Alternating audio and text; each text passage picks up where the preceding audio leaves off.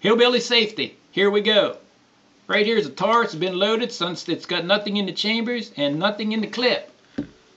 These are wonderful weapons. Tauruses, the Rugers, the Kel-Tecs, they're all about the same. There's only one deficiency in all three of these guns and probably 6 other different kinds. They do not have a safety to them. Here's the problem. Once you got this racked up and you have one in the chamber, the only safety you got is a trigger pull.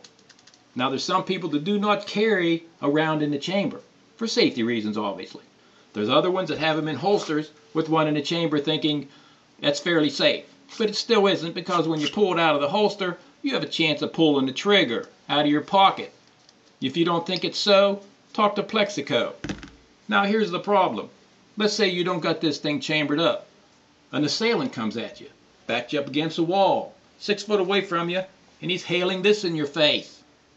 The good thing about it is, you got one of your pocket rockets. Got your hand in it, got a clip in, it's got 6 shells in it. Problem of it is, you got to pull this out of your pocket, bring your other hand over, rack a load, and get rid of your assailant. Guaranteed that ain't going to happen, because before you do that, you and that knife's going to meet together.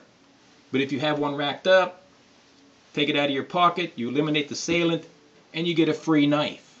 It's a win-win situation. But one in the rack's very dangerous, because you'll shoot yourself. Now here's a solution. It's called the hillbilly safety. What you want to do is you want to take an ordinary wine cork. High quality, of course. Now if you do not have a wine cork in your house and you're not a wine drinker per se, go to the neighbor's house. If that fails, go buy yourself a bottle of wine, obviously.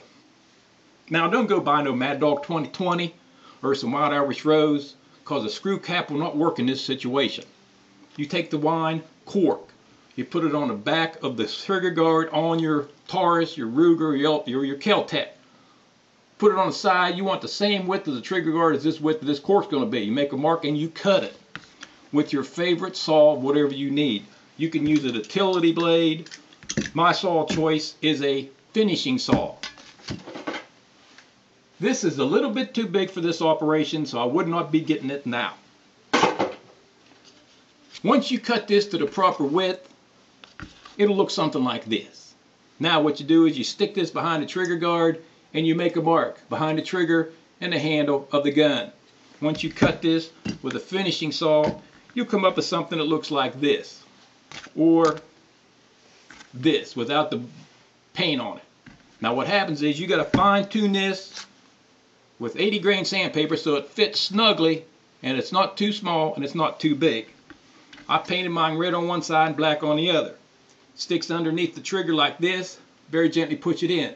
This will not come out of the gun if you have it properly milled down and fine-tuned with 80 grain sandpaper. It will not come out. It will not fire.